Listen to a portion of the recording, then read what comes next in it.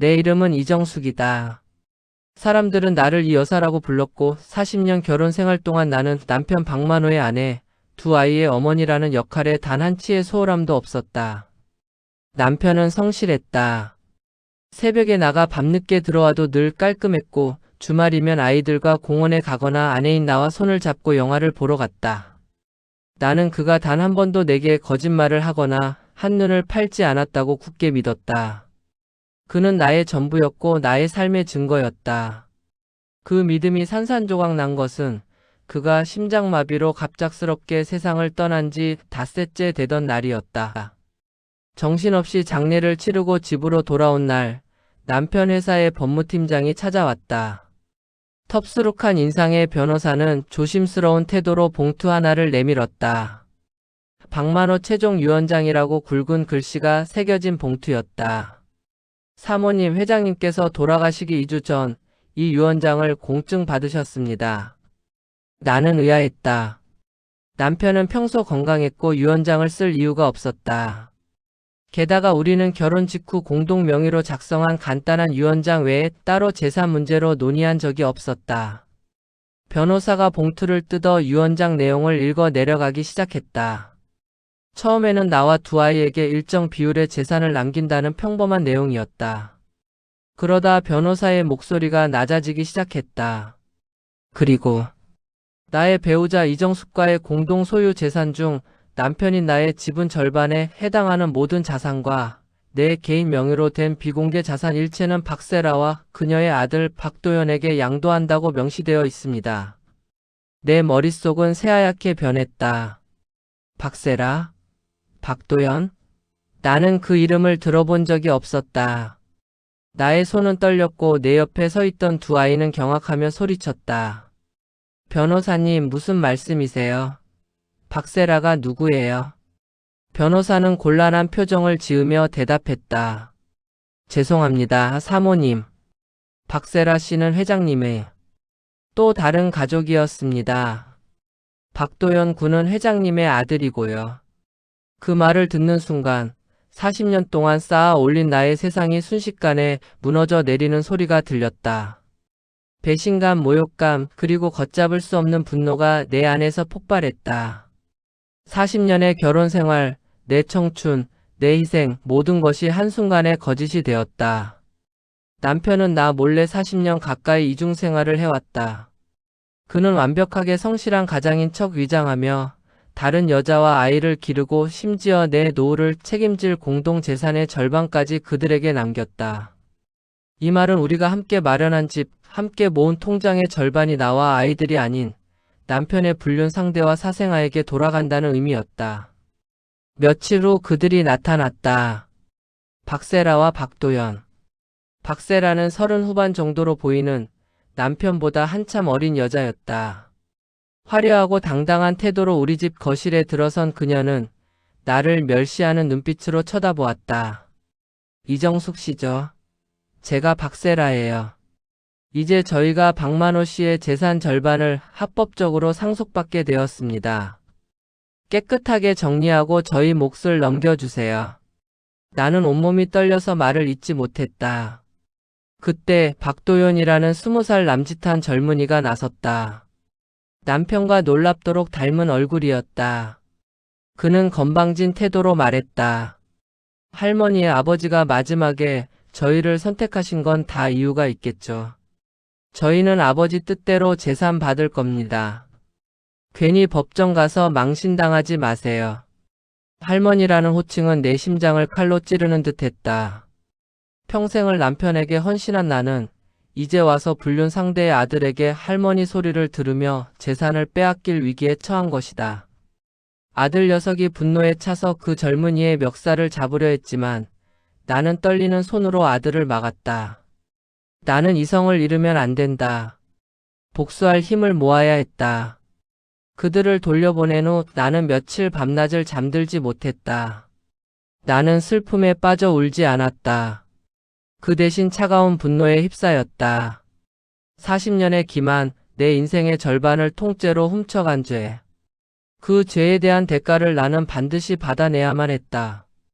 단순한 재산 회복을 넘어 남편이 나를 배신하고 다른 가족과 살았다는 그 사실 자체를 법적으로 심판받게 해야 했다.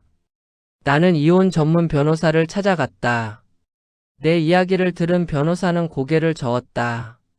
사모님, 남편분이 이미 사망했기 때문에 정식 이혼 소송은 불가능합니다. 하지만 방법이 있습니다. 사망 전에 배우자를 상대로 재산 분할 청구 소송을 제기하는 것입니다. 그리고 그 소송의 핵심은 남편의 40년 외도로 인한 위자료 청구입니다. 변호사는 설명했다. 남편의 유언이 재산 분할에 우선하지만 내가 결혼 생활 중 외도라는 악의적 배신 행위 때문에 입은 정신적 피해와 그동안 형성된 공동 재산에 대한 나의 기여도를 입증한다면 유언의 효력을 무력화시키고 상속분을 크게 가져올 수 있다고 했다. 그때부터 나는 형사처럼 변했다. 남편의 모든 흔적을 샅샅이 뒤지기 시작했다. 그의 서재, 옷장, 심지어 구두 안쪽까지. 그리고 마침내 오래된 정장 주머니 안에서 낡은 USB 하나를 발견했다. USB 안에는 충격적인 내용물이 담겨 있었다. 남편이 박세라와 함께 여행지에서 찍은 다정한 사진들, 박도연의 성장 과정이 담긴 동영상, 그리고 결정적으로 박세라와 주고받은 수많은 메시지와 통화 녹취록이었다. 그 내용은 나에 대한 험담과 우리 가정을 무시하는 내용으로 가득했다. 여보, 그 사람 나를 지칭은 아무것도 몰라. 평생을 나한테 속아 살았지. 겉으로는 성실한 남편, 아버지로 살면서 내 진짜 인생은 너희와 함께였어. 그 녹취록을 듣는 순간 나는 구역질이 났다. 나는 이중생활의 완벽한 희생양이었다.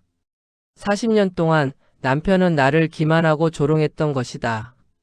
하지만 이 증거들이야말로 나의 복수의 칼날이 되어줄 것이었다. 나는 모든 증거를 변호사에게 넘겼다. 변호사는 나의 분노만큼이나 차분하고 냉철하게 소송을 준비했다. 소송의 핵심 논리는 이것이었다. 박만호는 40년간의 혼인 생활을 기망적인 방법으로 유지했고 이로 인해 아내 이정숙은 막대한 정신적 피해를 입었다. 따라서 남편의 사망으로 인해 발생한 공동재산 분할에 앞서 남편이 생전에 나에게 저지른 불법 행위에 대한 위자료를 남편의 유산에서 먼저 충당해야 한다. 드디어 법정의 날이 왔다. 박세라는 여전히 도도한 모습으로, 박도연은 자신만만한 표정으로 방청석에 앉아 있었다. 그들은 내가 단순히 재산 몇 푼이나 더 받아보려고 소란을 피운다고 생각했을 것이다. 재판이 시작되고 변호사가 증거 자료를 하나씩 공개하기 시작했다. 망인 박만호는 피고의 정수가 혼인 관계를 유지하는 40년 동안 박세라 씨와 장기간 불륜 관계를 이어왔습니다. 그리고 이는 망인의 생전 작성된 유언장에서처럼 재산에 편중된 증여를 통해 피고에게 경제적 정신적 피해를 주려는 목적이 명백합니다. 법정 화면에는 남편과 박세라가 다정하게 웃는 사진들이 떴다. 박세라는 얼굴이 하얗게 질렸고 박도연은 당황한 기색을 감추지 못했다. 변호사는 이어서 충격적인 녹취록을 법정에서 재생했다. 남편이 박세라에게 속삭이는 목소리, 그리고 나를 비하하는 내용이 법정에 울려 퍼졌다. 그 사람이 정숙은 내가 주는 돈만 받고 평생 나를 자상한 남편으로만 알았지. 내 진짜 삶은 내 옆에 있는데 말이야. 방청석에 앉아있던 나는 눈을 감았다. 그 모욕적인 목소리가 나의 40년 결혼 생활을 정의하는 듯 했다. 하지만 나는 무너지지 않았다. 이것은 나의 복수였다. 박세라 측 변호사는 망인의 사적인 관계는 유언의 효력과는 무관하다며 항변했지만 나의 변호사는 단호하게 반박했다. 망인은 40년간 불법적인 외도를 통해 피고의 삶을 파괴했습니다. 그가 유언으로 남긴 재산은 사실상 피고와의 공동 노동으로 이룬 공동 재산입니다.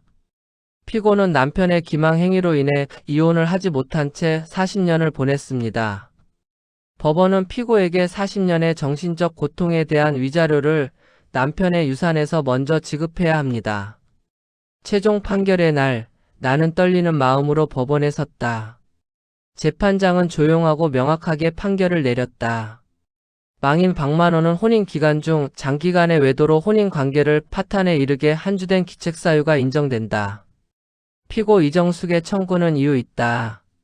재판부는 나의 재산 기여도 60%를 인정하는 것은 물론 40년간의 기망적인 외도로 인한 정신적 피해를 고려하여 역대 최고 수준의 위자료를 남편의 유산에서 먼저 지급하라고 판결했다. 위자료와 재산 분할을 합산하자 남편이 박세라에게 남기려 했던 유산의 대부분이 나의 몫으로 돌아왔다. 박세라와 박도연은 패소했다. 그들은 자신들이 합법적으로 상속받으리라 믿었던 재산의 대부분을 잃었고 불륜 사실까지 만천하에 공개되는 치욕을 겪었다. 법정을 나서는 박세라의 눈은 분노와 좌절로 가득 차 있었다. 그녀는 나를 향해 덤벼들듯 소리쳤다. 당신이 감히 박만호 씨의 마지막 뜻을 짓밟아. 나는 차갑게 그녀를 내려다보았다. 박만호 씨의 마지막 뜻? 당신에게 남기려 했던 그 재산은 내가 40년 동안 흘린 눈물과 땀으로 이룬 공동의 재산이었어.